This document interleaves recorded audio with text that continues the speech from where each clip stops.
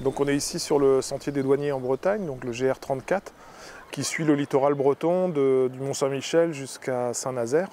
Donc il y a un sentier historique puisqu'il a eu longtemps une fonction de surveillance, militaire dans les périodes de tension entre la Grande-Bretagne et la France, notamment au XVIIe et au XVIIIe, dans ce qu'on a appelé la Seconde Guerre de Cent Ans, où la Manche est devenue une frontière, et fonction de surveillance aussi après pour éviter les trafics en tout genre de contrebande entre la Grande-Bretagne et la Bretagne.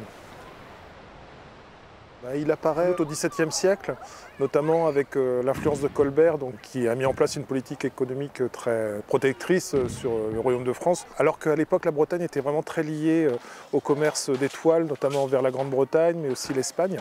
Donc on a un commerce transmanche qui est important, avec déjà des trafics évidemment.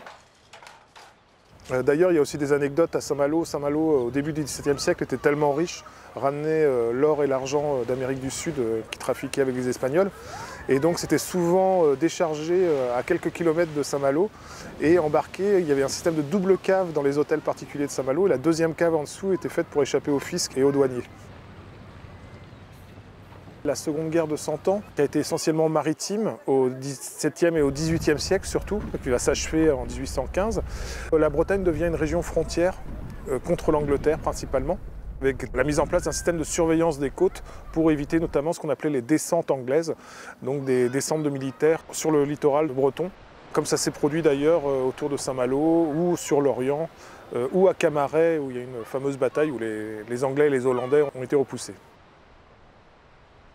Ça va se développer avec la Révolution et le blocus continental instauré par Napoléon, donc avec un corps de douaniers professionnels qui est chargé de surveiller la Manche et les trafics qui s'y développent, parce que quand on interdit évidemment le commerce, il y a toujours des gens qui le contournent.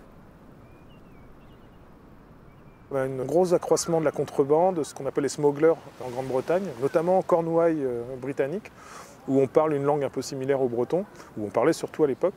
Donc il y a des échanges très forts entre ces deux régions et la mise en place d'un corps de douaniers pour tenter d'éviter les trafics.